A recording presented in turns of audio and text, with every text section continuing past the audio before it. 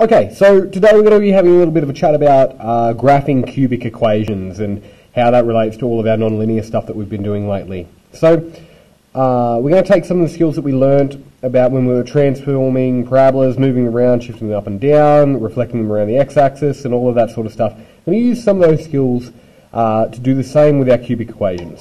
So what I've got here is a list of steps that you can use to graph the basic cubic equations that we'll be going through today. Okay, so step one, okay, is whenever we go to graph a cubic equation, what we need to do is we determine the coordinates of the point of inflection first. Okay, now the point of inflection, I'll get into this a little bit more later on, is basically just where the curve changes concavity. Okay, so once we've done this, what we're going to do is we're going to move on to finding the y-axis intercept. Now you remember when we were doing parabolas, what we would do to find the y-axis intercept was we would let x equal 0, okay, because that talked about the y-axis. That's where x equals 0. And then our third step, we're going to be finding our x-axis intercepts, right? And that's a very similar thing to what we did with parabolas, okay? In this particular case, we let y equal 0, so that's the opposite of x, okay? And the same process that we follow through with that, just with a few new strategies that we need to use, okay? And our final step that we need to determine is the cubic graph positive or negative? And what I mean by that is the coefficient out the front of the highest power, the x cubed. Is that a positive number or is that a negative number? Because that will change how the graph looks on your Cartesian plane. Okay? So, here are two graphs that I've given you of cubics. Okay? You'll notice it looks a little bit different compared to what we've done before with parabolas. Okay, here is what we would call our basic cubic, okay? It's positive, okay, and I'll tell you what we mean by step 4 in a moment, but it's positive, so it's going to be pointing a certain direction. And then if we compare it to the negative version, you'll notice that it's actually pointing a different way. It's actually it's going sort of down instead of up like the other one, okay? But I'll get more into that in a little bit. Some interesting points that I want to point out in regards to cubic graphs. We mentioned a point of inflection before. On our original cubic graph, right, this y equals x cubed, okay, this point here is sort of where it changes from negative concavity to positive concavity, okay, or another way of saying that is from concave down to concave up, okay. At the origin, this point 0, 0 is what we call our point of inflection, okay. Now we haven't shifted the graph around at all yet, so that's always going to be at 0, 0 until we start shifting it. Okay, same thing over here. Okay, that's also our point of inflection on this other graph. Okay, now to find our y-intercept, well, it goes through the origin. Okay, it hasn't been shifted about. To find our x-intercept, it also goes through the origin on both of these. Okay, so we haven't shifted anything about. This is what I wanted to talk about. This step here. Okay, is it positive or negative? If there was a negative out the front of this x cubed, we'll notice that it changes the direction that it goes. But I want you to understand, if it is a positive in front of the highest power, the x cubed, it points up to the right. That's really important to remember. And if we change it to a negative, right, our graph points up to the left. That's really important to remember. Okay? So what this video today is really going to focus on is taking these graphs here and manipulating them and transforming them, shifting them up, shifting them down, and all of that sort of stuff, flipping them around the x-axis. Okay? So we're going to learn some rules to follow in regards to these. So I just want you to understand. The A here determines how steep your cubic starts to rise. The higher the number at the front of that bracket, or in front of the x cubed whenever you expand it, means the quicker that your cubic is going to climb and descend. Okay? The number inside of your cubic bracket here, okay, is going to determine whether it shifts left or right. Not up or down, just left or right. Alright, and when we talk about this, we're always talking about the point of inflection. So it's going to shift the point of inflection up to the left or right. Now, our final number here, our number on the end, our C, is what determines how far up or down. So the vertical shift of the cubic. Okay, right, and all that does is we always measure it off the point of inflection here for our basic cubic equations. I just hope that you understand that. Okay, so we're going to go through a couple of examples and how each of them change. Alright, so let's get stuck into it. Okay, so for our first example, we're looking at the equation y equals x cubed minus 8. We know it's a cubic graph because the highest power is 3. Okay, so let's just start going through those steps that we've had before. So, our first step was to find the point of inflection, right? The coordinates for the point of inflection. Well, what I want you to have a look at is, this is sort of like our original graph, minus 8 on the end here. Okay, now I told you the number on the end is what shifts it up or down. It is responsible for the vertical shift. So a way that you can sort of understand this is that we're taking our original graph, and it's a negative 8, so we're sliding it down 8 units. Okay, so if our original point of inflection was at 0, 0, and we're just sliding it down, we're not moving it to the left or right, so our x coordinate isn't changing, but our y coordinate is.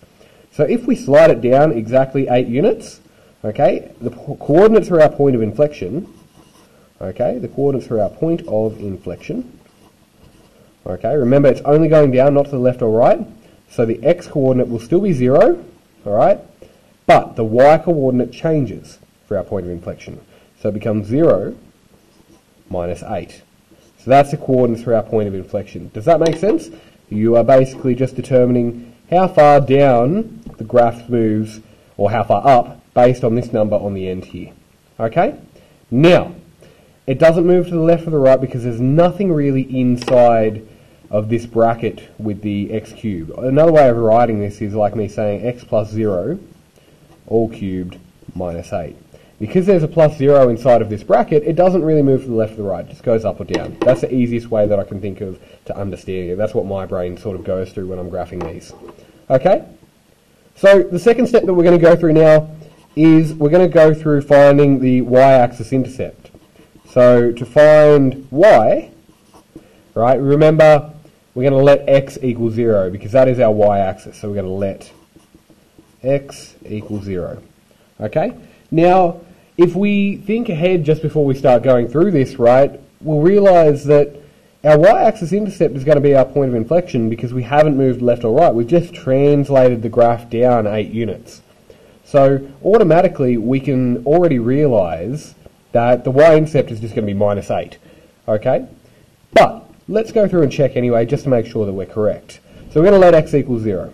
So therefore, we now have the equation y equals 0 cubed minus 8. Well, 0 cubed is 0, right? And 0 minus 8 is just minus 8. So our y-intercept, okay, is minus 8.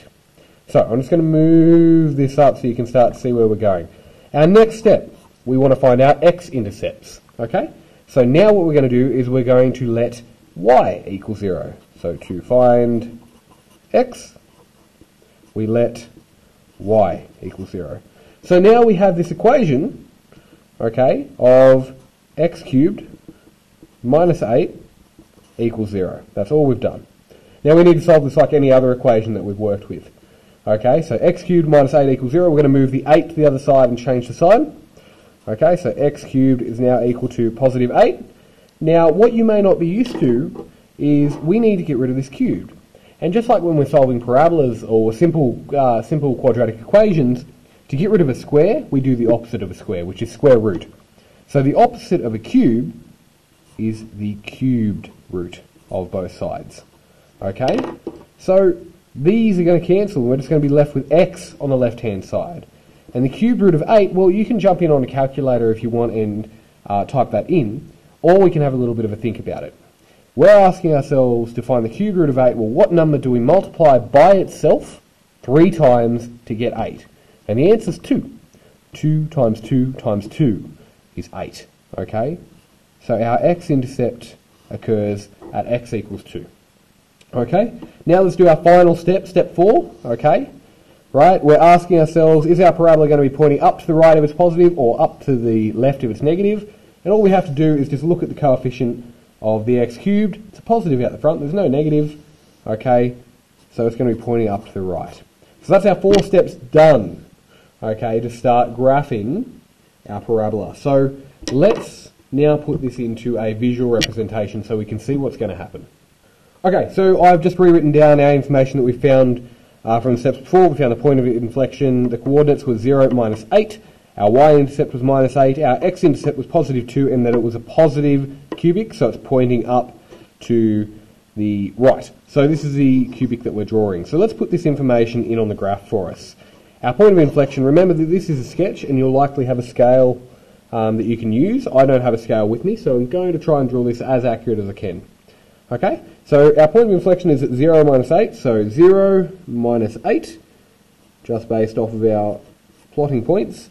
Okay, our y-intercept is also at minus 8, so we don't really need to do anything there. Okay, we do now have to find our x-intercept, okay, which is here at positive 2. Okay, and it's positive. So, our cubic graph is going to be facing up that way.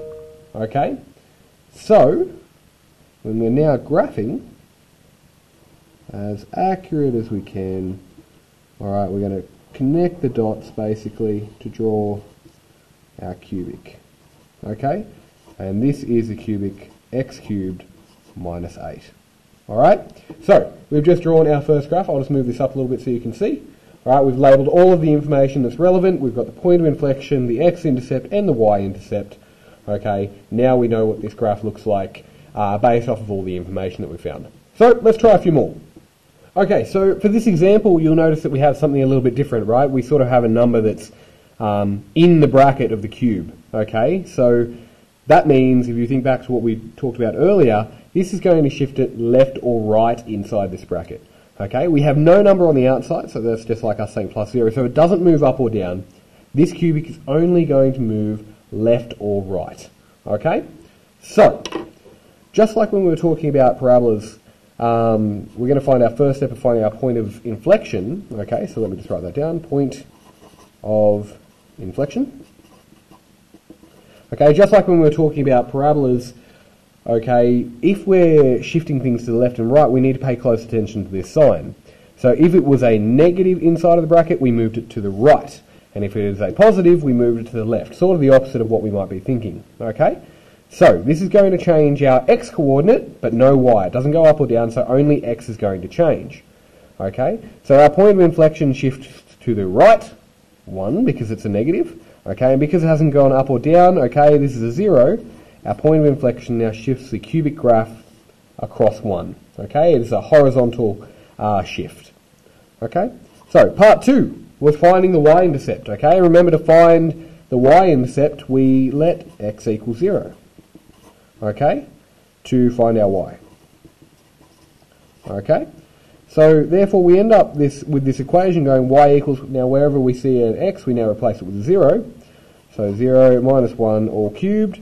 So y is now equal to minus 1, because 0 minus 1 is minus 1, all cubed. Okay, so what's going to happen now is minus 1 all cubed. At this point you can get in on your calculator, or you can think about it as well. So minus 1 cubed is just minus 1 times minus 1 times minus 1.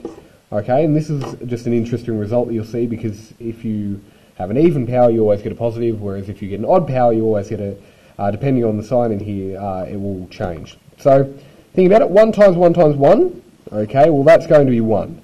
And a negative times a negative is a positive, times another negative, it's going to be a negative. So your y-intercept is now going to happen at negative 1. Now don't get confused. Our point of inflection still happens at 1, 0. Okay, that's really important to understand. It just means that because we've shifted it to the right, our cubic graph now intersects the y-axis at a different point. Okay? So, in part 3, to find our x-intercepts, we let y equal 0. Okay, so let y equal 0 to find x. Right, so therefore we now have this equation of x minus 1 all cubed is equal to 0. Well, remember, we need to cancel this cube to sort of unlock what's in that bracket. So we take the cubed root of both sides. Okay, this cube and this cube will cancel. X minus 1 is now equal to, I shouldn't have put the brackets in there, but we don't have to worry about that. Well, the cube root of 0 for the right-hand side now, okay, well the cube root of 0 is equal to 0. So, we now have the equation x minus 1 equals 0. I'm just going to move this up so you can still see what I'm going to be doing. Okay? So, x minus 1 is equal to 0. All we do is add 1 to both sides, we end up with x is equal to 1. And that makes sense, because we have shifted our, just remember, because we've shifted our point of inflection across 1, we haven't moved it up or down, and makes sense for the x-intercept to be at that point of inflection of 1. Okay, does that make sense?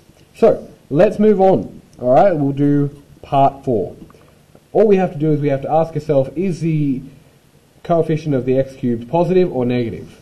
Okay, So all we have to do is look in here, it's a positive. If we were to span this out and double check everything, we can also use the sign out here to be doubly sure. Because it's a positive, okay, we are guaranteed that this is going to be pointing up to the right. Okay, so just remember that. It's going to be a positive pointing up to the right. Okay, so let's have a crack at graphing this. Okay, so continuing on, where we're going to graph this, right, let's just put all the information on our Cartesian plane now. Okay, so if we have a look here, we have the point of inflection occurring here at 1, 0. Okay, so I am being a little bit rough. So 1, 0, okay, we don't go up or down, we just simply shift it to the left or right. In this case it's to the right, so that's at the point 1, 0. Okay, our y-intercept is going to occur down here. Okay, again, this is a sketch, we don't have to be masterpieces, but we do have to try and make it as accurate as possible. That's going to occur here at -1. Our x-intercept, well, we know that we have our point of inflection happening here at 1, 0, so we don't really need to include any more information on our graph other than that. And the last thing is that it's positive, so it points up to the right for our cubic. Okay, so now we're going to graph it. So now we have our cubic, okay, pointing up to the right, okay, and going down through there. Alright, so that is our graph of y equals x minus 1 all cubed. Okay, so we'll do one more example and then we'll call it there. Okay, so let's jump into our last example of this video. Okay, so just remember the first thing that we want to talk about is finding the point of inflection. So let's do step 1. So the point of inflection. Okay, now what we're going to try and do is we're going to try and graph this equation y equals minus 2x cubed plus 6.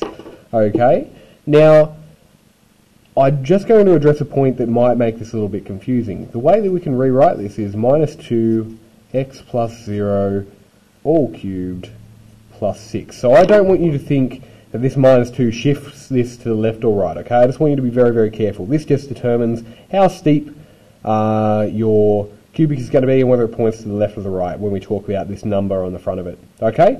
So the point of inflection, there's nothing inside this bracket that's going to shift it to the left or the right. It's 0, so the first coordinate is going to be 0 for the x. Okay, and we shift it because this number on the outside shifts it up or down. And we're going to shift it positive 6 units, so up 6 units. So that is our point of inflection done. So we're taking our original graph, keeping it there, and shifting it up 6 units. So, next thing that I want to find is the y-intercept. So to find y, we let x equal 0 to find y. So to find y, okay, so now we have y is equal to minus 2 times 0 cubed plus 6. Okay, so 0 cubed is 0, minus 2 times 0 is 0, 0 plus 6, we're just left with positive 6. Okay? Step 3, what we want to do is we want to find the x-intercept. So we go down to step 3. I'll just move this up a little bit so you can see what we're about to do. Okay, to find our x-intercept, what we're going to be doing is we're going to let y equal 0 to find x. Okay? Sorry, to find x. So now we have minus 2x cubed plus 6 equals 0. Okay, so what I'm going to do in this particular step is I'm going to move, I want everything to be positive, okay, I don't really want to work with negatives, so I'm going to move this minus 2x cubed over to the other side. Okay, so that would leave me with an equation that would look like this. I'd end up with 6 is equal to 2x cubed once I've moved the negative over to the other side. I've moved that whole block over to the other side, which just means that I can flip that and rewrite this underneath, okay, as just being 2x cubed is equal to positive 6. Okay, righto, so now what I want to do is I want to get this x cubed by itself, so I want to divide both sides by 2. Okay, I want to divide both sides by 2. And as I divide both sides by 2, well, these 2's are going to cancel and I'm left with x cubed. I'm just going to move this up a little bit so you can see what I'm doing. Okay, and 6 divided by 2, well, that's 3. Okay, now we're nearly there. We want to get rid of this cubed, so we want to cubed root both sides. Okay, and as we cube root both sides, we're now just left with an x is equal to the cubed root of 3. Now in this particular example, all of the other numbers that I've gone through with you have simplified nicely when we're taking the cubed root. But there's not a whole number, and not an easy number that we can use to go find the cubed root of 3. So what we need to do is we need to do a rough approximation. The reason why I'm going to do this is just a rough approximation here, okay, to give me a sense of scale for our graph. Now if you jump onto your calculator, the cube root of 3 is approximately 1.4 to 1 decimal place. Okay? So that gives us a bit of a sense of where it's going to sit on the x-axis. Okay? The final thing that we need to do, okay, the very final thing that we need to do is step 4, determine whether it's positive or negative, or whether it points up to the left or whether it points up to the right if it's positive. And if we look here, the coefficient of the x cubed is actually negative 2. So it actually points up to the left, okay? So it's negative, a little bit different to the previous examples that we've done. Okay? So let's go into graphing this. Alright, we'll jump into it and we can see what this looks like. Okay, so to graph our final example that we're doing today, alright, let's find our point of inflection. It's here at 0, 6, because we haven't shifted to left or right, only vertically. So 0, 6, that's going to be the coordinate for our point of inflection, 0, 6 right there. Okay, our y-intercept is also at 6. Remember, that makes sense because we haven't shifted to the right or to the left, only straight up or down. So the y-intercept is the same as the point of inflection. Okay, in this particular example. Our x-intercept is occurring roughly at 1.4. So roughly, I've just moved across here 1.4, right? But what we want to do is we want to write the exact value, so the cube root of 3. Okay, and that's going to occur roughly there. Alright, so now we've labelled everything with negative, so it's not going to point up to the right, it's going to point up here to the left, okay? So when we're graphing our example for the y equals minus 2x cubed plus 6, it's going to look roughly like this, okay? Still trying to be as accurate as possible. Alright, that is what our graph of y equals minus 2x cubed plus 6 looks like. Okay, so just remember, as we're doing this, right, we follow our 4 steps. Find the point of inflection, find the y-intercept, find the x-intercepts, and then determine whether it's positive or negative, so whether it points up to the right or whether it points up to the left. Okay? I hope that helps.